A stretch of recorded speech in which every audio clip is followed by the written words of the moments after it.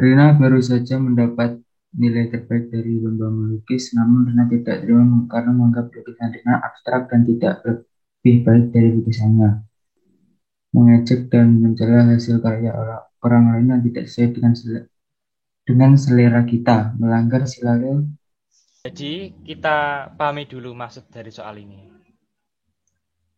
Ini maksudnya, jadi Rina ya, ini kan eh, secara kompetisi itu punya nilai terbaik, punya suatu kebanggaan gitu ya. Namun ada seseorang lain yang namanya Reni itu tidak terima. Terus seakan-akan ketidakterimaan itu menganggap lukisan Rina itu ya abstrak, tidak lebih baik dan sebagainya. Ya terkesan untuk mengejek dan mencela. Nah ini teman-teman perlu pahami, berarti poin di nomor 2 ini lebih ke ini. Mengejek dan mencela hasil karya orang lain yang tidak sesuai dengan selera kita. Selera kita itu bersifat subjektif. Nah, kalau seandainya ada kompetisi, itu kan ada penilaian objektif. Jadi setiap juri bisa mengutarakan pendapat alasannya apa. Jadi setiap ini bisa dianggap bagus karena ada seni estetik dan sebagainya gitu ya. Nah, ini kita pahami bahwa ejekan dan cela ini lebih kepada subjektivitas, rasa tidak terima dari Reni. Nah, ini teman-teman harus pahami dulu. Oh, rasa tidak terima terus berakibat ke mengejek, saling mengejek dan mencela hasil karya orang lain. Nah, ini teman-teman harus kembali ke 45 butir pengamalan Pancasila. Jadi teman-teman harus buka lagi.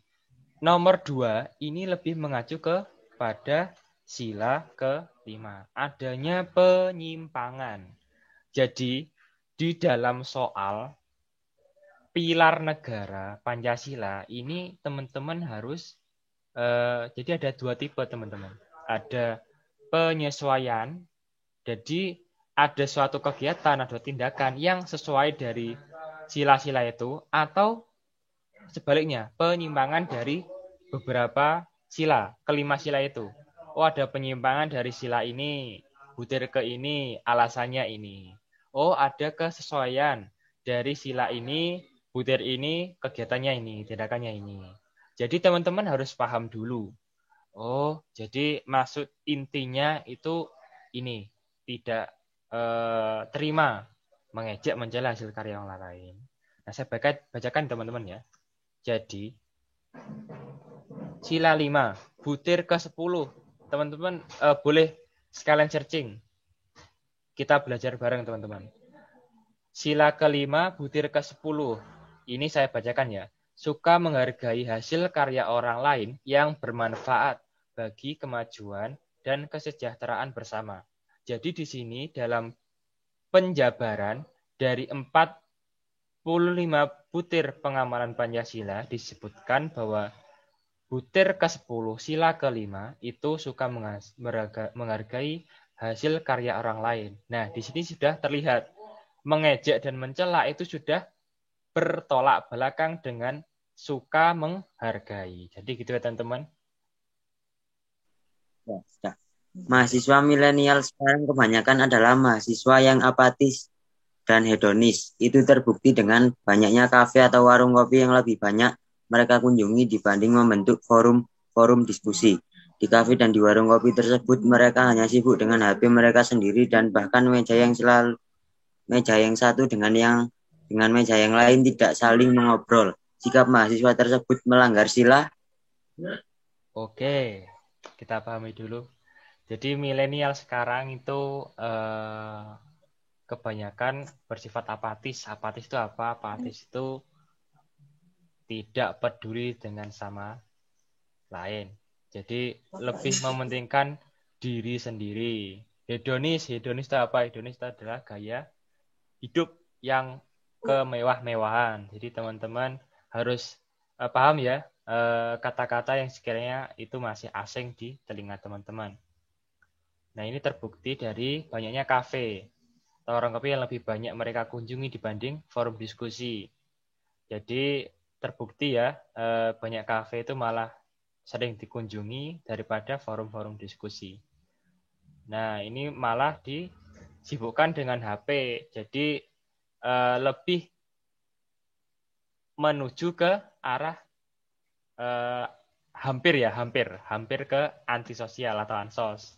Jadi ya cuma HP aja sosialisasinya kurang. Bahkan dengan meja satu dengan meja yang lain tidak saling mengobrol. Itu dekat saja malah tidak mengobrol, apalagi yang lebih jauh lagi. Yang dipentingkan malah yang lebih jauh. Jadi kita pamit dulu teman-teman, ini nomor 3. Ini maksudnya apa? Intinya apa? Nah, ini teman-teman harus baca lagi kesesuaian sama 45 butir pengamalan Pancasila atau penjabaran Pancasila. Ini teman-teman mungkin kemarin kunci jawabannya lebih ke arah yang sila ketiga ya teman-teman ya. Benar teman-teman. Oke, kenapa kok bisa ke sila ketiga? Kita korek-korek dulu. Jadi,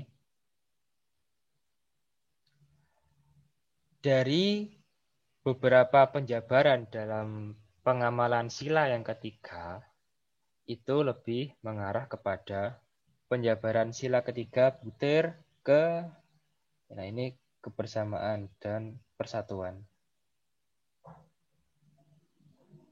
Ke 1. Jadi, saya bacakan teman-teman ya. Nanti teman-teman juga pahami dengan pelan-pelan. Mampu menempatkan persatuan, kesatuan, serta kepentingan bangsa dan negara sebagai kepentingan bersama di atas kepentingan pribadi atau golongan. Jadi, juga butir yang ke-7. Memajukan pergaulan demi persatuan dan kesatuan bangsa. Butir ke-1 dan butir ke-7. Nah, ini lebih condong ke sila ketiga. Pergaulan ini juga penting untuk dilaksanakan. Terlebih dari pergaulan yang harus kita selektif dalam memilihnya, kita juga bisa menambah dalam persatuan dan kesatuan bangsa. Jadi teman-teman, dalam hal ini kan yang harus digarisbawahi itu yang apatis dan hedonis. Nah, dari apatis dan hedonis ini dapat menimbulkan sedikit maupun hal kecil. Bisa menimbulkan sedikit retak atau sedikit rendahnya dalam persatuan dan kesatuan. Nah, kalau teman-teman sudah mendapatkan kata kuncinya itu, terus teman-teman harus sesuaikan dalam 45 butir tadi. Jadi, setelah mendapatkan poinnya, teman-teman harus kembali ke 46 butir lagi. Intinya dalam 4 soal pilar negara Pancasila itu, teman-teman lebih kembali ke 45 butir Pancasila. Jadi ada suatu kegiatan keseharian atau isu-isu yang sehari-hari, itu teman-teman harus belajar memahami poinnya, terus apa yang sesuai dengan 45 butir pengamalan Pancasila. Jadi gitu teman-teman, harus cari poinnya terlebih dahulu. Nah, di poin ketiga ini lebih isunya mengarah ke apatis dan hedonis yang menimbulkan kecil kemungkinan untuk menimbulkan rendahnya persatuan dan kesatuan dalam butir ke-7 dan ke-1 tadi dalam sila ketiga. Oke teman-teman, pelan-pelan kita pahami